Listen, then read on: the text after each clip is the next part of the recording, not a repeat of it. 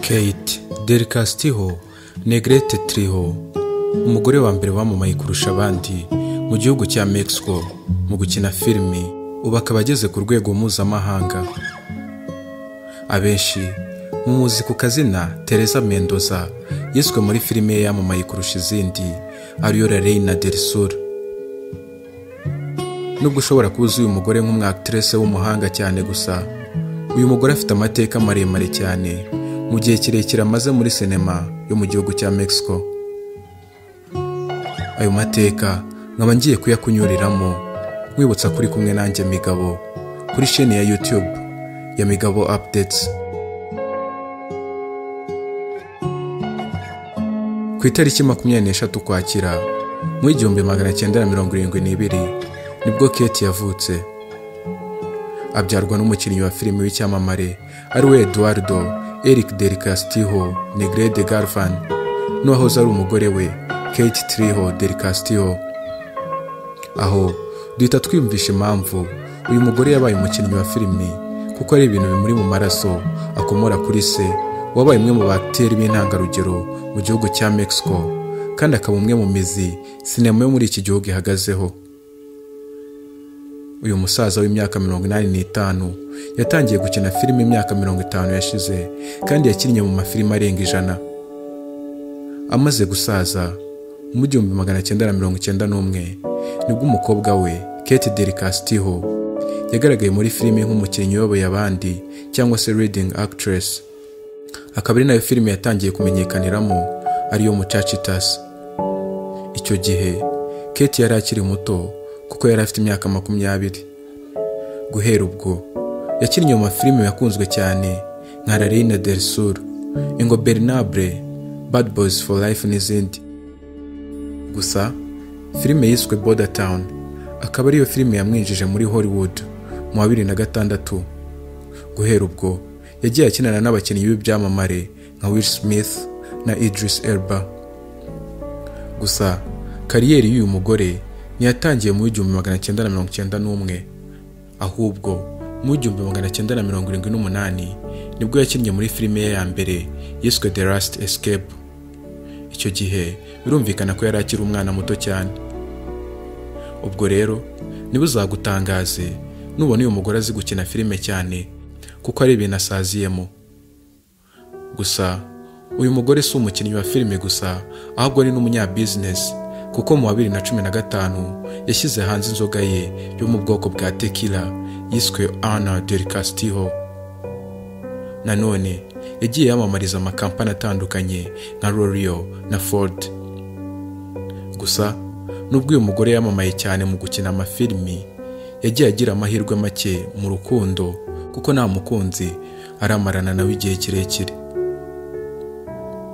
Muri Gashyantare 2001 nibwo yashyingiranywe n'umukinnyi w'icyamamare mu gihugu cya Mexico ariwe Luis Gracia Postigo.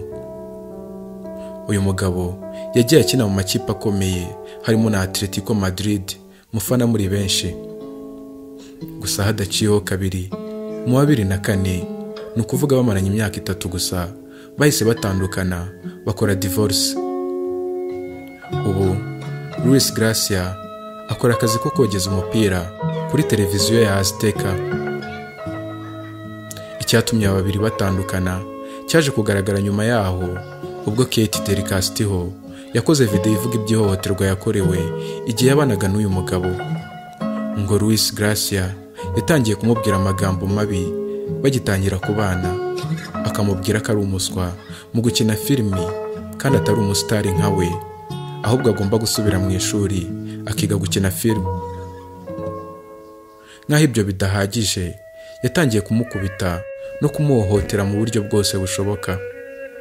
Ibyo byatumye Kate amuhunga, bamaranye umwaka n'igice gusa babanye. Maze mu wa 2004 batandukana ku mugaragaro, buri umwe akomeza ubuzima bwe. Nyuma y'imyaka 5, mu wa 2009 nibwo Kate yashyingiranywe n'umunyamerika Aaron Diaz. Uyu akaba ari umukinnyi wa filimi, umuririmbyi, akaba n'umumodo cyangwa se umunyamideli. Uyu mugabo w'imyaka 38 akaba yarakundanye na Kate del Castillo w'imyaka 47, gusa bakaba barakundanye imyaka itarenze 2 nubwo bari babanye neza. Ngicyatumye ababiri batandukana nuko basaga n'ababa mu isi ebyiri zitandukanye. Buri wese yabaga ahugiye mu kazi ke, bari mu bihugu bitandukanye. Ngo Aaron yabaga afite abakobwa benshi b'inshuti ze, na Kate nawe akagira inshuti nyinshi z'abagabo, bigatuma hahoraho ibihuha mu mubano wabo. Mu wa 2012 nibwo bavuze ku mugaragaro ko batandukanye bagahana divorce. Nyuma y'icyo gihe Kate ntiyongeye gushaka undi mugabo, ariko yagiye avugwaho kugirana umubano n'abagabo nk'uwitwa Champagne bakundanye mu wa 2015, ariko Kate akaza gutangaza ko umubano wabo ushingiye kuri business no kuryamana gusa. Nyuma yaho gato nibwo byaje kumenyekana ko Kate del Castillo yagiranye umubano na Joaquin Guzman bakunze kwita El Chapo. Uyu mugabo ucuruza ibiyobyabwenge ni umwe mu banyabyaha bahigwa cyane ku isi, kandi afatwa nk'umucuruzi w'ibiyobyabwenge ukomeye kuruta abandi ku isi. Nanone El Chapo afite amafaranga arenga miliyari 4 z'amadolari yakuye muri business ye yo gucuruza ibiyobyabwenge. Kate yavuze ko mu wa 2015 El Chapo yamuhamagaye amusaba guhura nawe.